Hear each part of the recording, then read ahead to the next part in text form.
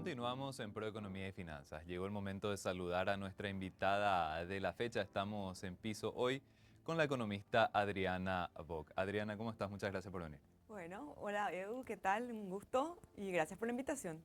Adriana, te queríamos consultar. Se está acercando el último tramo del año, de hecho que ya estamos en esa etapa final de este 2023 y hay mucha gente que ya está pensando en el aguinaldo. Es un ingreso extra que tienen muchos trabajadores y muchas familias tienen un ingreso adicional que les sirve para gestionar muchísimas cosas. Pero desde tu punto de vista, Adriana, también teniendo en cuenta tu expertise dentro del campo de las finanzas personales, ¿qué le podemos recomendar a la gente en este periodo de espera del aguinaldo y qué planes podemos ir gestionando para ese cobro?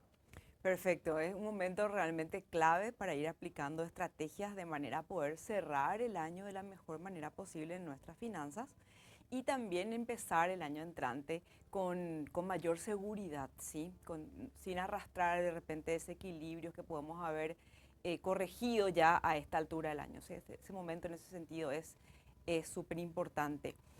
Y bueno, faltan pocas semanas para el cobro del aguinaldo, es un momento oportuno para hacer una evaluación, comparar un poquito cómo estaríamos llegando a fin del 2023 en comparación con lo que fue el 2022, si estamos con más deudas, con menos deudas, si estamos más o menos igual, con respecto al ahorro también, si estamos hoy con un poco más de ahorro que lo que teníamos a finales del 2022 o si es todo lo contrario.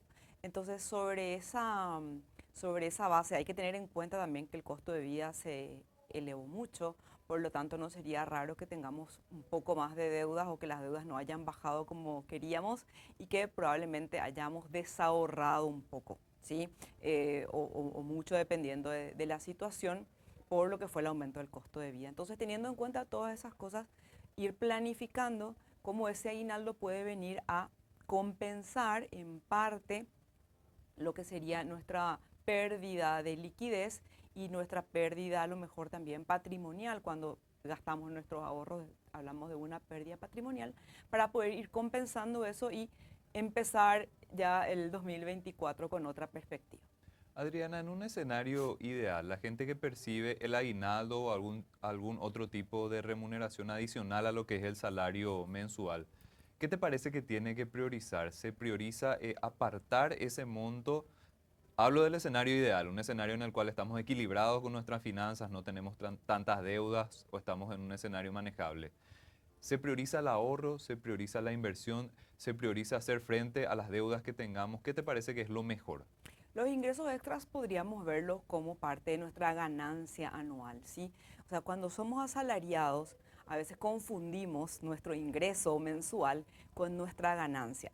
Y ahí nos conviene cambiar un poco esa manera de ver y considerar nuestra ganancia con aquello que nos queda en el bolsillo al término del año, ¿sí? Entonces, si mes a mes vamos gastando lo que vamos ingresando, lo único que nos va a quedar a fin de año como ganancia sería la suma de lo que pudimos ir ahorrando mes a mes, si logramos hacerlo, y estos ingresos extras que no están necesariamente destinados a gastos cotidianos, sino que se salen un poco de ese esquema. Entonces podríamos verlo como nuestras ganancias. Y la prioridad para nuestras ganancias sería ir invirtiendo. ¿Por qué? Porque eso nos va a permitir aumentar nuestros activos, nuestros bienes, nuestro patrimonio, de manera que tengamos más posibilidades de generar ingresos adicionales en el futuro. O sea, es un círculo virtuoso. Si logramos generar ganancias en el año e invertimos esas ganancias luego nos van a retornar en ingresos. ¿Sí? ¿Por qué? Porque las invertimos en un activo financiero o en algo que produzca valor o que produzca retorno. ¿Sí? Entonces ahí cerramos nuestro círculo virtuoso. Entonces siempre lo ideal sería que los ingresos extras los podamos destinar, los veamos como ganancias y los podamos destinar a la inversión con miras a generar futuros ingresos. Adriana, ¿y hay algún tipo de fórmula recomendada para ese uso de las ganancias? Hablas de priorizar, por ejemplo, la inversión, pero ¿hasta qué monto? O sea, depende mucho de la situación de cada uno y del monto que maneja cada uno, ¿verdad? Pero algún porcentaje recomendado en el cual se pueda tener un porcentaje de inversión, un porcentaje de ahorro para tener un poco de liquidez, un porcentaje de deuda. ¿Cómo podríamos ir gestionando esto si es que hablamos en porcentajes o algún tipo de fórmula para recomendarle a la gente? Claro, lo que decíamos antes con relación a invertir las ganancias, eh, es siempre en un escenario ideal en el cual no hay, como decías, demasiadas deudas o las deudas no están atrasadas, por lo menos. Y sabemos que nuestra perspectiva de ir generando ingresos a lo largo del año está más o menos estable o está más o menos clara. Entonces podemos, digamos, sacar de lo que sería nuestra disponibilidad a corto plazo y hacer estas inversiones. Ahora, no es la realidad de todas las personas, obviamente, entonces hay que mirar también otras aristas. Y en ese sentido ahí entra un poco la distribución racional, equitativa de lo que sería este ingreso extra. Lo primero que todos por ahí tenemos en mente, de hecho, si ahora empezamos a recorrer los comercios, ya vemos que hay ofertas relacionadas con lo que es el fin de año. Entonces, el primer impulso sería, por supuesto, destinar esto al consumo. Y nosotros creemos que de consumir es lógico, incluso importante, necesario que haya ese incremento en el consumo porque eso dinamiza también la economía. Entonces, pensar que vamos a tener gastos de consumo relacionados con lo que es el fin de año, no es que todo lo vamos a ahorrar o todo vamos a usar para pagar deudas, porque eso sería también como un castigo de cierta manera a todas esas expectativas que se nos generan. Pero tratar de que ese consumo a lo mejor no supere lo que sería el 30% de nuestro aguinaldo, ¿sí? Y bueno, y eso iría destinado de repente a lo que es compartir un poco con la familia, fin de año y gastos que por ahí se generan normalmente en esa etapa. Luego habría otro 30% que podemos destinar a bajar nuestros pasivos, ¿sí? A disminuir. No estamos hablando de eliminarlos por completo porque no va a alcanzar el aguinaldo para poder deshacernos de todas las deudas, pero sí podríamos disminuir, empezando por poner al día lo que pudiera estar atrasado, todo lo que tengamos atrasado, ver lo que está más atrasado y poner eso al día. Eso sería la primera prioridad. Si no tenemos deudas atrasadas, podemos fijarnos si hay alguna que ya tiene poco saldo o pocas cuotas pendientes, como para poder, eso sí, cancelar. Las deudas más chiquitas sí ya podemos adelantar, a lo mejor en vez de cancelarlas en enero o en febrero, podemos cancelarlas ya en diciembre y empezar el año nuevo con una o dos deudas menos, ¿sí? Si no estamos teniendo cuotas, otra forma también de disminuir el pasivo sería haciendo pagos reforzados a la tarjeta de crédito. Muchas veces durante el año cuesta hacer pagos importantes, a veces se paga solamente el mínimo o un poco más del mínimo, entonces esa deuda se va acumulando y va generando cada vez más intereses. Entonces una manera de detener esa evolución nociva de la deuda de la tarjeta sería hacer unos pagos extras, unos pagos adicionales o reforzados con el aguinaldo. Entonces eso sería el otro 30% y el tercer 30% aproximadamente sí podemos destinarlo al ahorro y la inversión. Son dos cosas distintas. Idealmente, si podemos tener recurrir a una herramienta que nos permita al mismo tiempo ahorrar y al mismo tiempo generar rendimientos, o sea, que sea una inversión, esto sería lo ideal. Sabemos que una parte de esa reserva, de ese 30% de nuestro aguinaldo, lo vamos a querer tener disponible para cualquier emergencia que se pueda presentar a lo largo del año, pero al mismo tiempo, si esas emergencias no se presentan, vamos a querer que nuestro dinero no esté improductivo, sino que nos genere algo. Entonces ahí buscar una herramienta que nos permita tener al mismo tiempo un ahorro y al mismo tiempo una inversión. Estos equilibrios, Adriana, son importantes no solamente para el bienestar financiero, sino para el bienestar personal. No tenemos que tampoco caer en lo que decías, un consumismo excesivo. De repente, esta época, como ya estabas mencionando, se caracteriza por tener muchas ofertas y se incentiva mucho el consumo, pero no tenemos que caer justamente en desórdenes en este último tramo del año que vayan comprometiendo otra vez ese aguinaldo que tanto también mucha gente está muy expectante y cuesta llegar hasta ese momento del año. Totalmente. En finanzas personales, para llegar realmente a tener una salud financiera, es importante el equilibrio entre la razón y la emoción, no irnos demasiado para ninguno de los extremos. Y la expectativa es lo que muchas veces nos juega un poco en contra, porque la expectativa como que se anticipa ya varias semanas antes, por ejemplo, estamos ya pensando en qué nos gustaría o lo que hay y bueno, y generándose todo este tema de los deseos y también los impulsos. Entonces es importante poder planificar, o sea, llamar al uso de la razón para poder equilibrar todo eso que emocionalmente se está generando, que es normal, pero que siempre y cuando no nos domine, está todo bien, pero si eso se sale de nuestro control es cuando realmente podemos caer en desequilibrios.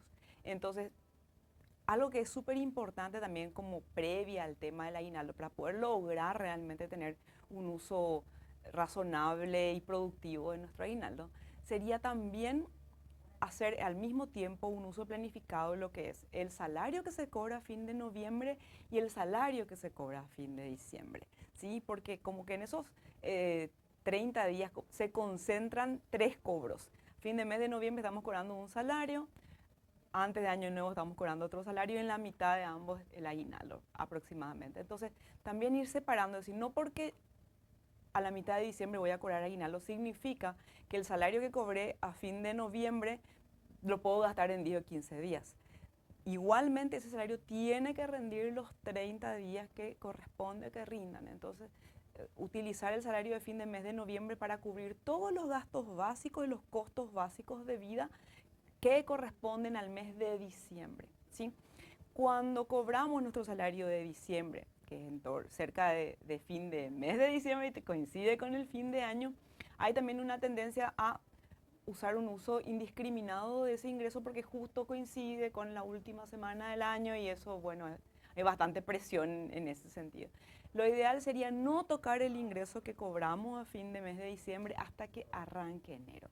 Que nuestro sueldo nos llegue enterito a principios de enero para que no nos pase eso de ese contraste tan grande entre percibir ingresos en 30 días y luego tener 31 días prácticamente sin ningún cobro y sufriendo esa cuesta de enero que se habla. Entonces, separar bien los salarios y sí el aguinaldo es lo que podemos, con esa fórmula o distribución que estábamos mencionando antes, hacer un uso más discrecional. Adriana, ¿y qué te parece que podríamos recomendarle a la gente que tiene la posibilidad de contar en su hogar con dos o más aguinaldos? De repente hay objetivos financieros que son personales y muchas cuestiones que hay que gestionar uno mismo, su propio bolsillo, pero hay también objetivos en común dentro del hogar y muchas cuestiones que hay que ir comunicando y presupuestando en común. ¿Cómo te parece que podríamos ir encontrando espacios de equilibrio también teniendo en cuenta un escenario en el cual hay más de un aguinaldo dentro de un hogar? Bueno, es también un desafío, como decía, los objetivos personales siempre van a apuntar más o menos en esas tres direcciones, en poder disminuir las deudas, en poder contar con un ahorro y al mismo tiempo inversión y tener un espacio para realizar ciertos gastos relacionados con el momento, con la época del año. Eso mismo se puede trasladar al hogar si es que existe ese común acuerdo de decir, bueno, cuáles son nuestros gastos discrecionales o cuáles son los gastos que nuestro hogar requiere que realicemos. Entonces, bueno, se presupuesta eso y luego cada uno dice, bueno, de mi aguinaldo yo voy a aportar tanto para este gasto, ¿sí? Y lo mismo para los otros objetivos, si es que las deudas son en común o si es que por ahí los objetivos de ahorro e inversión también son en común. Pueden ser perfectamente individuales como en común. En ese sentido, lo que se recomienda es hacer una lista de esos objetivos y poder cuantificar cuánto es la inversión o qué monto de inversión requiere cubrir cada una de esos objetivos, de esas metas y ponerse de acuerdo en cuánto cada uno estaría aportando para, de eso aguinaldo para poder cumplir con ello. Si no necesariamente es juntar y hacer todo una suma y una bolsa común y a partir de ahí una distribución así súper medida, sino basarse en los objetivos y también en la capacidad que cada persona dentro de la familia tiene para hacer ese aporte. Para esto es fundamental la comunicación, Adriana. Totalmente. El diálogo es el camino para poder equilibrar también esto de razón y emoción, porque el diálogo implica escucharnos a nosotros mismos y también poder expresar lo que sentimos. Muchas veces cuando expresamos, cuando hablamos, cuando decimos en voz alta, también eso nos lleva a un análisis que nos permite darnos cuenta y tomar conciencia de qué decisiones estamos tomando, estamos queriendo tomar. Y al abrir ese diálogo y expresar lo que pensamos también, tenemos que abrirnos a la escucha, que es decir, bueno, yo no opino lo mismo, o tengo esta otra idea, o te sugiero, o en eso que vos me estás diciendo, yo veo tal riesgo. Entonces, eso también ayuda a equilibrar y a sopesar. A lo mejor si nos guardamos todo y hacemos solamente lo que a nosotros nos parece, es mucho mayor el riesgo de cometer errores.